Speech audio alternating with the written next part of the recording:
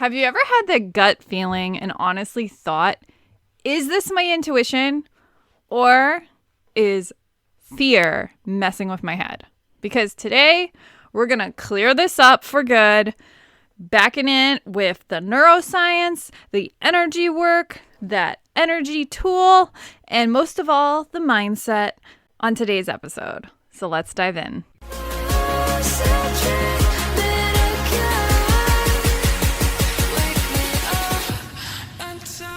All right, guys. I don't know what it is, but I'm feeling spicy. I'm feeling fiery. So today we're just going to lay it down and it's going to be a good time. Okay, so we're back for another episode of Awaken and Manifest Your Best Life. Okay, so I feel like I love this talk on intuition because, wow, it's been helping me so much just kind of hone in on how needed this conversation is on intuition. So if you're new here, if you've just been around the block with us, the last few episodes have been all about intuition development, understanding your intuitive gifts, understanding how to know your unique intuitive gift. And if you need help with that, definitely check out the empath type quiz, which is all about helping show you where you are most honed in on your exact intuitive gifts, if you have clairaudience versus clairvoyance, etc. But the main thing I want to talk about today is going more in depth into intuition work. So right now we have Soul Nourishment Bootcamp. It is open officially for enrollment right now. And this course is all about bootcamping your mind to choose your intuition over your fear, over your fear mind. And this has been a looping conversation I feel like I've been evolving with over the years. And while this course is far from new, it is so needed right now because this is such a repeating pattern showing up in so many lives where we are dominated by the fear and the uncertainty and, maybe the uncertainty of the world right now, or we're dominated around just in general, our fear thoughts, our negative thoughts. And we're not really disciplining ourselves to choose our intuition. A lot of the times we're not taught how to understand our intuition cues. Instead, we understand our danger cues. Instead, we literally are more plagued and it's more normalized to understand that survival brain and know that we're seeing our fear versus training ourselves to see our intuition.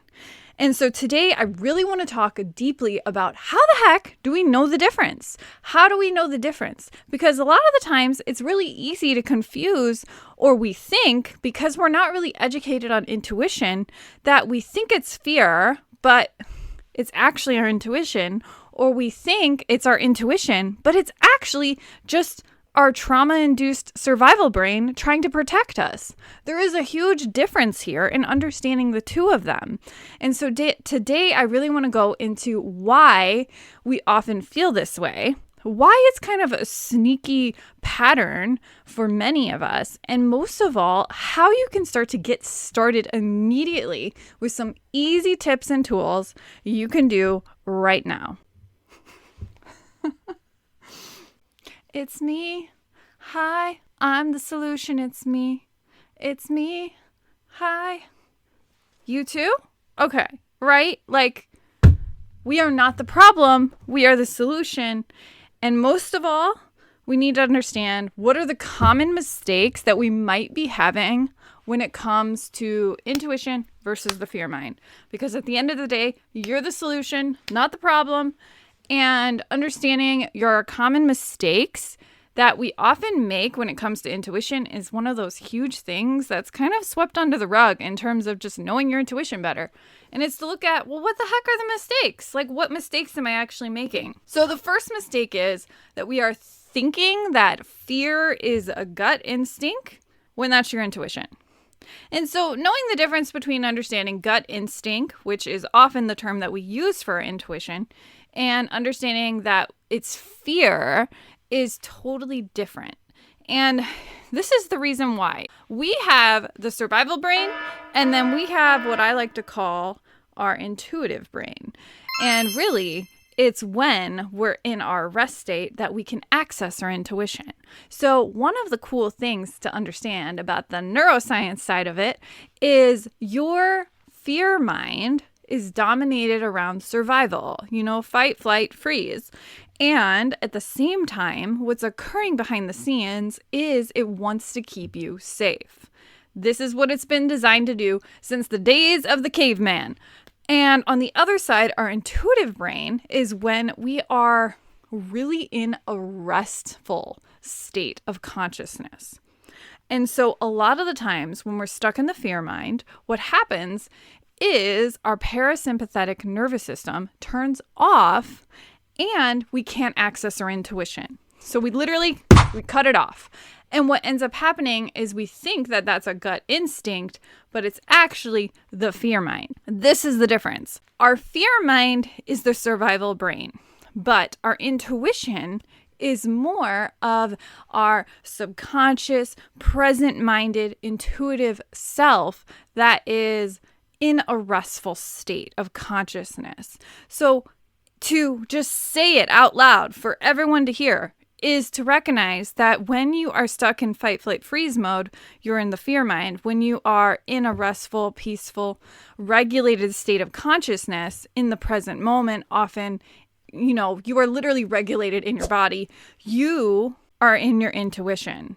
And that's the hugest differentiating factor here. The second mistake here is second guessing yourself, doubting yourself, overthinking, getting stuck in analyzing mode, and going off in your head where you try to psychoanalyze every situation, relate it back to past experiences, relate it back to all of the evidence that you've gathered, and kind of almost do like a science experiment with yourself instead of just trusting yourself. And one of the hugest mistakes here of choosing fear versus intuition here is you're second guessing yourself to the point where you are overthinking, overanalyzing, overdoing, and overcritiquing yourself. And I always say this a lot because it's really common as a spiritual person, as someone who's always been energetically sensitive. When we find ourselves getting caught up in that storm of overthinking, what is actually occurring is we just stop trusting our intuition. And one of the common mistakes here is thinking that this is actually coming from the fear mind. But the reality is that we're actually second guessing our intuition and it's coming from fear and not our intuition at all. So this is one of the hugest things to distinguish from. So if you feel that you are overanalyzing a situation, you're kind of weighing the pros and cons in your mind. Have you ever done that? I've done that with dates before, where it's did I say the right thing? I need to psychoanalyze it in my head over and over and over again. Come on, we've all done it, right? Yeah, okay. So whenever we get into that headspace, I'm telling you guys, I don't know. Something in the energy today. Maybe it's the eclipse. Basically, what's happening is you're getting stuck in the fear. So if you were to think about it as simple as this, a lot of times when we feel that we're second guessing our intuition, it's actually coming from the fear mind. It's not remotely coming from your intuition. So if you need to just put this in simple terms, if you feel like you need to overly analyze the situation and you need to figure out the 60 strategies of how to do the thing, and you have to search for the how and frantically look for things, none of this is coming from your intuitive insight.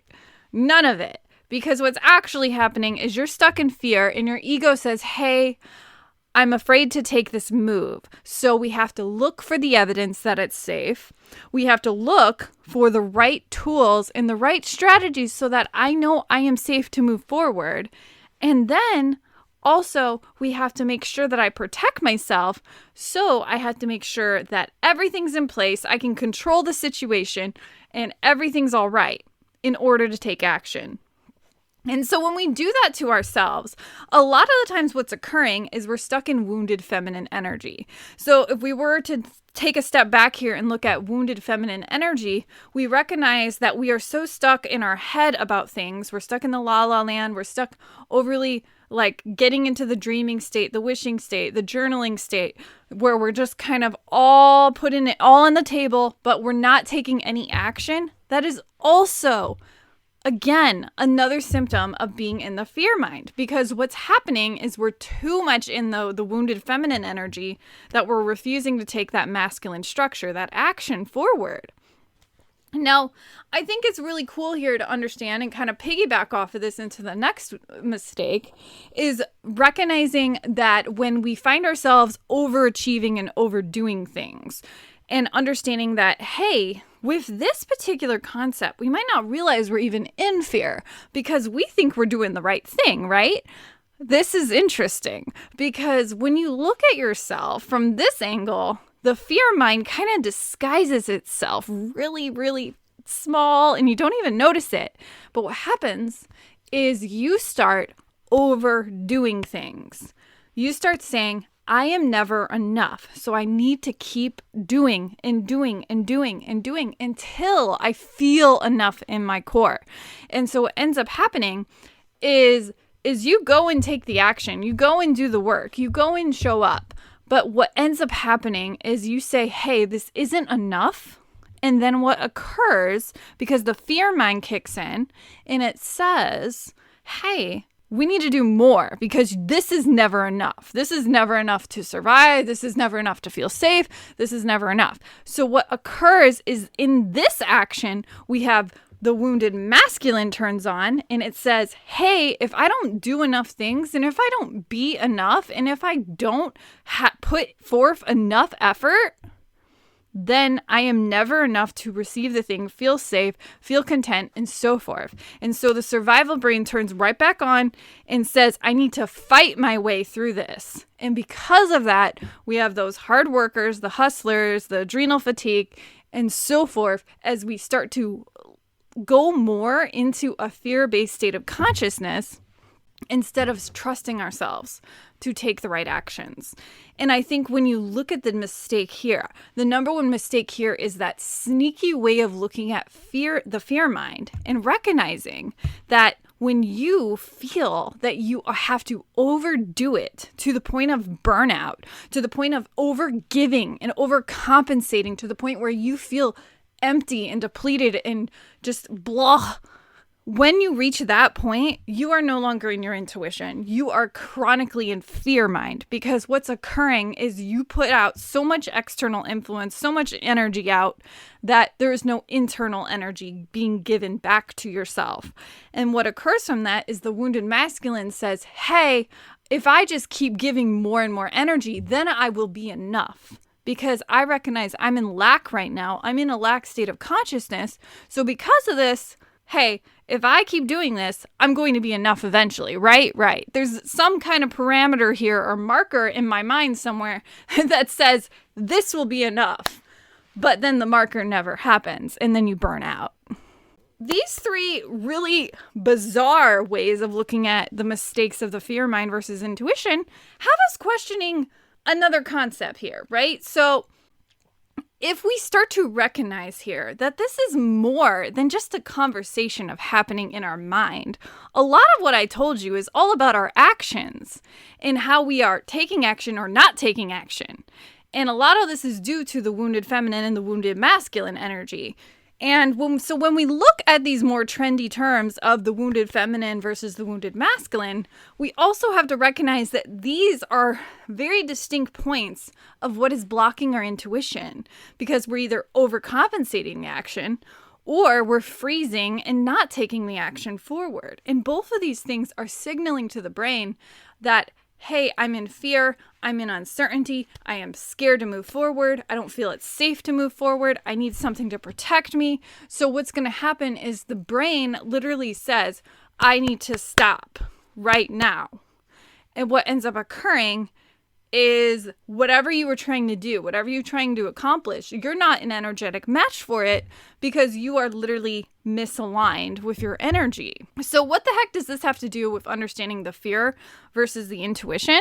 Well, this was basically the fear mind. And so a lot of these mistakes that we think are coming from our intuition, where it's like, well, if I just sit here and overthink and overanalyze, my intuition is going to show me the right answer.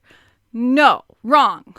If I just overguess and second guess myself, then my intuition and my gut instinct is going to tell me the right thing, right? No, that's not how intuition works.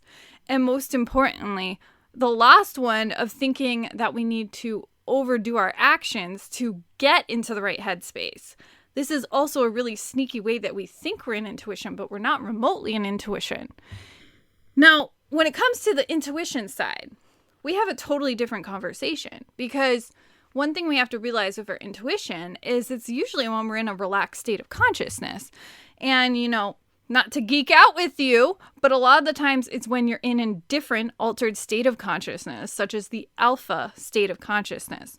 So you're in literally a different brainwave than beta, which is more of that survival brain where I have to get things done. I have to do the things. This is a different state of consciousness that you're operating on entirely. If we were to connect the dots here, that is why some people really benefit from meditation, is it gets them into the flow state. It helps them understand intuition because they lower their state of consciousness and so forth. To just kind of hone in here on why is intuition so important though? Well, to go back to our example here of the survival brain versus the intuition, we have to recognize that the main component of understanding your intuition is that you are in a restful state of consciousness. In the fear mind, you're stuck in a state of survival.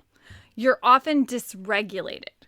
You're stuck in fight, flight, freeze, or fawn. You're stuck in a place where the survival brain turns on and says, I need to get to safety, even if it's something stupid as a college term paper. But the brain doesn't know the difference. And that's the distinction here. So you put it off, you procrastinate, you wait until 2 a.m. to do it, and so forth. Because what's happening at the end of the day is you're getting stuck in the fear mind because you're not choosing to trust yourself with your intuition. And your intuition doesn't need to overanalyze itself. It doesn't need to critique itself. It doesn't need to do any of these things, because at the end of the day, what distinguishes your survival mind versus your intuition is you're in a restful state. So it's going to come naturally to you. That's the number one reason why we don't listen to our intuition, is because our ego says, hey, I don't think this is safe. So first, we have to do all these things. We got to analyze all this stuff. We got to take a lot of action. We got to do a bunch of stuff. And what ends up occurring is not only are you overly depleted, but you're overcompensating. You're pushing forward. You're pushing the manifestation, as we say, and you're searching for the how. So all of those things are going on behind the scenes saying, this is how I recreated in the past. So I know if I push forward hard enough, I will push the manifestation. I will push my desired outcome and I will receive it. But the intuition over here says, I think I'm going to read a book and maybe I'll take some action. I don't know. Let's see how the day goes. And then we sit back and relax and for a minute and we're like, oh, you know what I should do? I should totally make that post. Why didn't I think of that? You know what? I should write that novel. Why didn't I think of that? So what ends up occurring is as we see here how our intuition is not going to be coming from a place of franticness, overthinking, hypervigilance. It's not going to be coming from a place where we are high in the sky in flight or fighting as we push forward. And instead, it's coming from a restful place. And I think this is the hugest distinction to make, because someone can tell you, think about if it feels expansive versus contractive. But what the heck does that mean in the real world?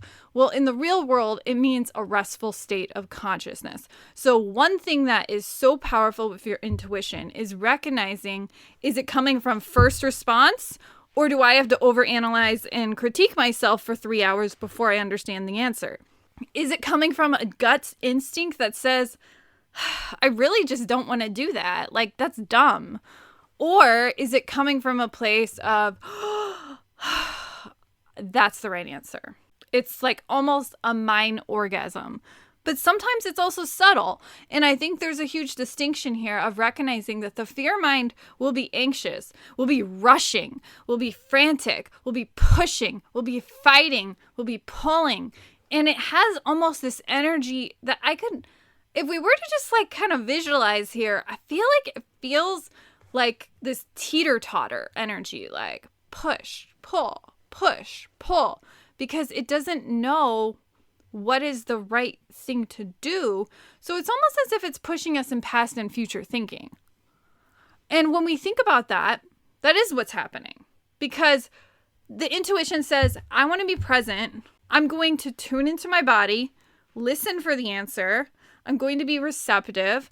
I'm going to listen. I'm going to trust myself. And from that trust, I'm going to make better decisions. From that trust, I'm going to tune in and listen. And what happens is we start to see here that the intuition is totally different. It's totally different. And so if you're really confused here on figuring out, well, was that coming from my ego and my fear, or was it coming from my intuition? Intuition will never feel like a push-pull. It will feel light, subtle, first response, without much thinking at all. And I think that's the hugest distinction to make, is recognizing that first response, that response before you even have a chance to overthink, the first response before you even have a thought. Like, it comes like almost like a memory, like a glitch. And it's interesting how we can't always pinpoint our intuition because it has no ego. It has no sense of real ego. And that's the thing that distinguishes it, because the ego says, hey, I hate change. I want to keep you safe. We need to go through this. We need to go through the plan. We need to go through all of the things that are happening. And it's almost like you got a little scientist at your shoulder trying to figure out, okay, we got to calculate this out so we can figure out if we're safe today. And then the intuition is like the carefree, I don't know, surfer at the beach who just wants to lay in the sand and is like, hey, let's smoke a doobie and go read a book and we'll figure it out as we go. Why are you so uptight? And that's the distinction, because your intuition will not betray you because it's coming from your restful state of consciousness. It is coming from when your parasympathetic system is on, and it's allowing your mind to literally relax. And so when we look at what is the difference between fear and intuition, we have to really pinpoint exactly what's going on here, is seeing that the fear mind will feel incredibly, incredibly contracting, like tight little ball, feeling like push, pull, this tightness, this heaviness, this sense of drain and depletion. And, when we talk about misalignment, that's what we're talking about. It feels misaligned in our body. It feels heavy. It feels draining. It feels contracting. It feels like I'm fighting against myself. Intuition doesn't feel that way. Intuition feels like I want to flow with life. It's okay to slow down. It's okay to let myself figure it out as I go. It's okay to just be in the moment and let it lead me. It's okay to just be. And that distinction is what makes us feel so expansive, and it expands our energy outward.